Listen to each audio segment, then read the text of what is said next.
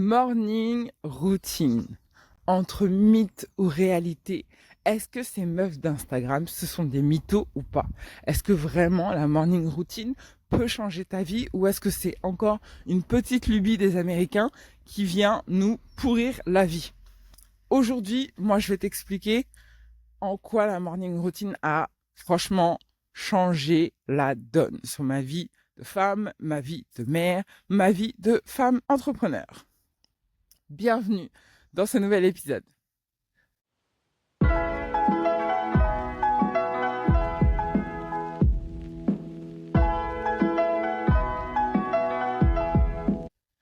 Je suis ravie de t'accueillir dans ce nouvel épisode de Réussir sa perte de poids. Si tu ne me connais pas, moi c'est Patricia Klopka.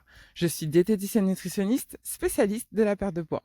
Ma mission, c'est d'accompagner les femmes dans leur perte de poids pour qu'elles se sentent enfin belles et épanouies dans leur corps. Aujourd'hui, on va parler morning routine. Alors, soyons clairs. Il y a des gens qui sont du matin.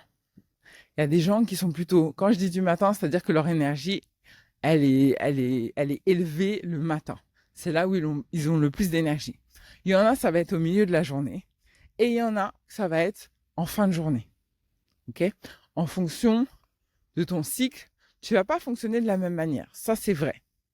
D'ailleurs, si j'ai une référence, je te mettrai, j'avais trouvé une ressource qui était plutôt bien, qui permettait d'identifier quel type de personne tu étais et quelles sont les actions que tu peux faire à tel moment et comment c'est plus pertinent. Et franchement, moi, depuis que je l'ai appliqué ce truc-là et en respectant mon cycle, franchement, ça a changé la donne. Donc, je te mettrai la référence si je la retrouve directement en description. Bref. J'ai plus de 40 ans, 41 ans, mais dans ma tête j'en ai 20, on est d'accord? Non, je rigole. Donc j'ai 41 ans et j'ai compris que j'avais besoin de temps. J'ai besoin de temps pour faire tout ce que j'ai à faire. Aussi bien ma vie de famille, j'ai 2 enfants, donc aussi bien ma vie familiale, maritale et ma vie professionnelle. Ma plus grande frustration, c'est de manquer de temps. Clairement. Ma plus grande frustration, c'est ça. Donc j'ai travaillé sur ça d'ailleurs. Aujourd'hui, ça va mieux. Mais j'ai toujours voulu avoir du temps parce que dans ma tête, je manquais de temps. J'avais pas assez de temps pour faire ceci, pas assez de temps pour faire cela. Donc forcément, ça m'a créé de la frustration. Cette frustration augmentait la charge mentale parce que tu veux faire des trucs, tu peux pas, t'as ça à faire, faut que tu penses à ci, faut que tu penses à ça, mais en même temps tu vas avancer sur ci, avancer sur ça, mais tu n'as que 24 heures sur ta journée. Donc, niveau de frustration au max. Jusqu'au jour où je me suis dit, attends, moi il me faut une solution parce que je peux pas vivre toute ma vie dans cette frustration, c'est pas possible. Donc, je me suis dit, ok, comment je peux gagner du temps?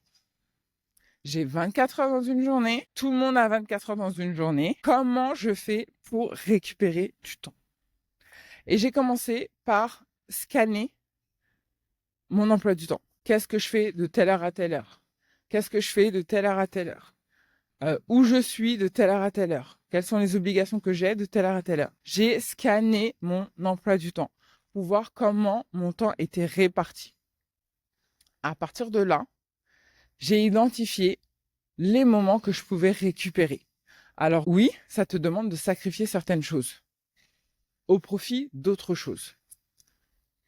Moi, je me suis sondée sur quel était mon objectif. Mon objectif, c'est que je voulais beaucoup plus de sérénité dans ma vie.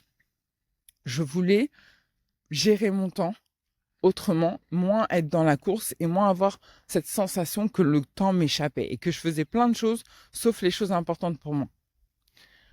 Donc, après avoir scanné mon emploi du temps, j'ai défini des créneaux horaires.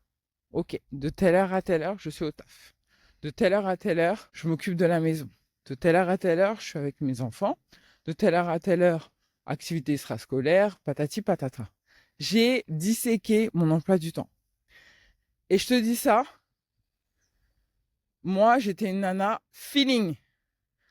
Emploi du temps, tout ça, me parle pas de ça. C'était tout à l'arrache, c'était tout, ouais, au gré du vent, comment je le sens. Mais ça, c'était une erreur. Ça, c'était une erreur. Ou du moins, c'était une erreur de jeunesse.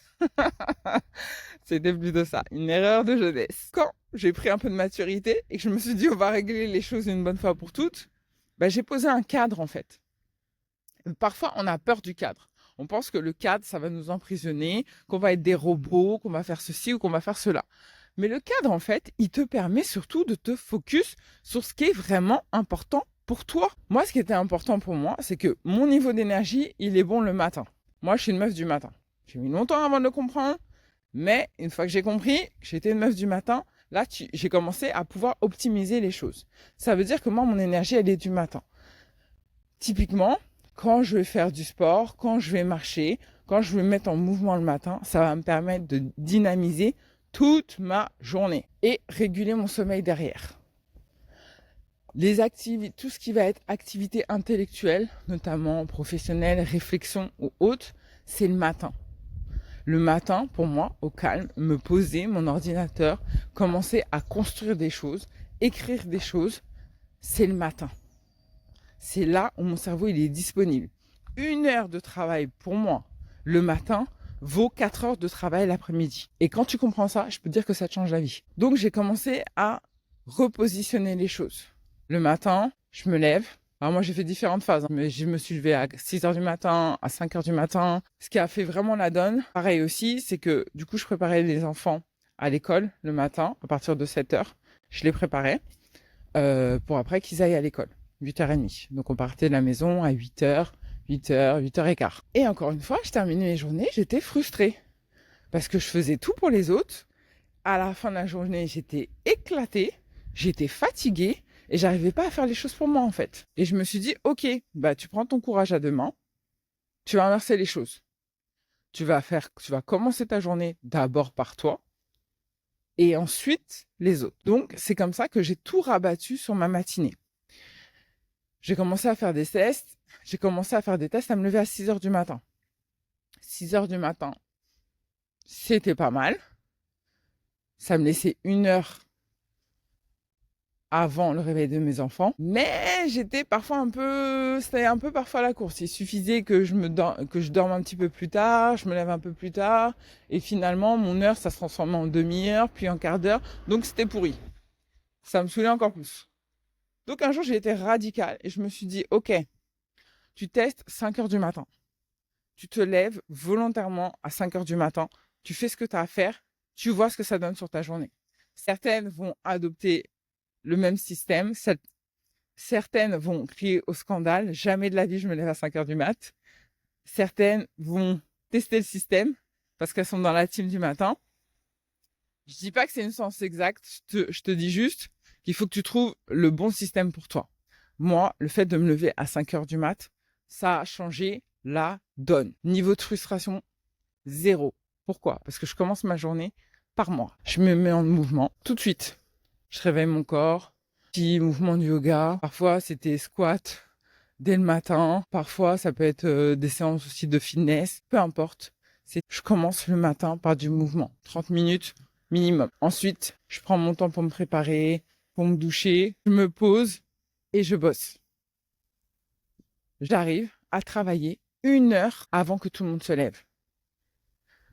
Je peux t'assurer, pour la maniaque de la productivité que je suis, que bosser 1 heure par jour, tranquillement, sans personne dans le coin, 1 heure de concentration, ça change absolument tout. Du coup, j'arrive à bosser 1 heure.